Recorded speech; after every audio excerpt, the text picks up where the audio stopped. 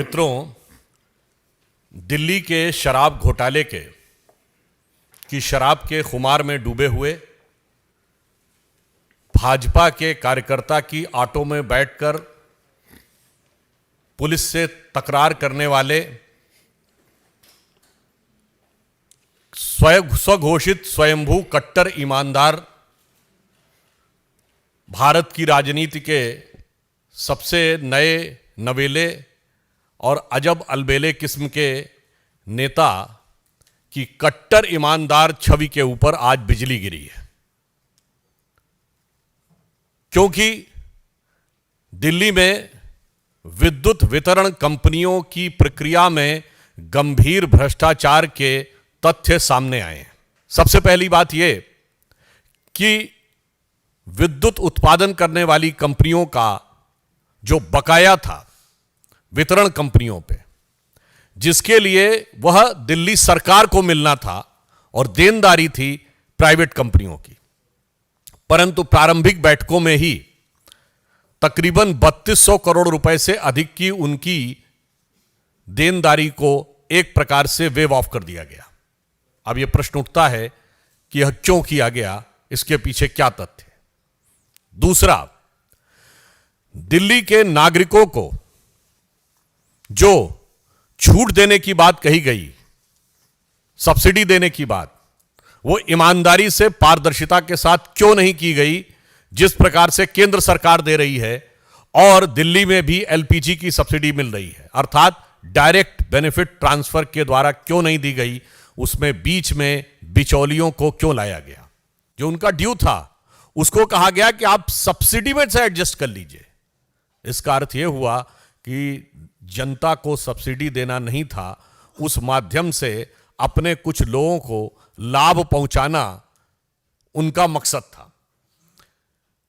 तीसरा बिंदु यह कि जब लेट फी के नाम पर प्राइवेट कंपनियों को 18% वसूल करने का अधिकार दिया गया, तो वही कंपनियां लेट फी के लिए दिल्ली सरकार को केवल 12% ही क्यों दे रही थी। ये 6% का मुनाफा कहां जा रहा था, और एक अनुमान के अनुसार पिछले कुछ वर्षों में मिलाकर इससे 8000 करोड़ रुपए से अधिक का लाभ उनको प्राप्त हुआ। तो मानी हुई बात है, ये पैसा कहां गया और किसने इसको किस रूप में यूज किया। क्योंकि पुनः मैं कह रहा हूं, जनता से 18%, सरकार को डिपॉजिट 12%, ये बीच में 6% कहां जा रहा है। और अगला पॉइंट उससे भी अधिक महत्वपूर्ण है कि ये जो डिस्कॉम्स होती थी, यानी विद्युत वितरण कंपनियां, इनके बोर्ड में सरकारी अधिकारी नामित होते थे। उसकी बजाय पहली बार आम आदमी पार्टी ने अपनी पार्टी के 2 पदाधिकारियों और अपने सांसद के एक बेटे को नामित किया। इस विषय पर हम उनसे साफ पूछना चाहते हैं कि राजनीतिक व्यक्तियों को डिस्कॉम के बोर्ड पर नियुक्ति करने के पीछे उनका क्या उद्देश्य था। क्या यही उद्देश्य था कि यह सब जो प्रक्रिया थी ये होती रहे। एक बार हम यह भी मानते कि वो विद्युत के क्षेत्र के विषय विशेषज्ञों को नियुक्त करते तो फिर भी हम मान लेते।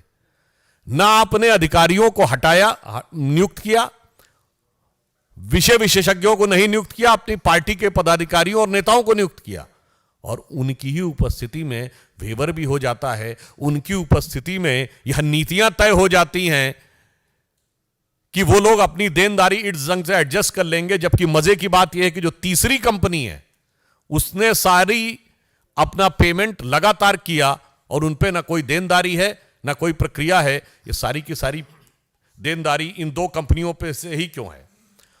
और अंतिम बिंदु ये हम याद दिलाना चाहते हैं, ये तो वही केजरीवाल जी थे। वैसे तो हर पुरानी बात वो भुलाते झुटलाते चले जा रहे हैं, मगर उन्होंने ही तो कहा था शीला दीक्षित जी की सरकार के समय कि इसमें बड़ा भारी घोटाला हुआ है, हम आएंगे तो यह रिलायंस पावर जो अनिल अंबानी जी की कंपनी है, इसके विरुद्ध कार्रवाई करेंगे, इसको हम करके दूसरी कंपनियों को देंगे।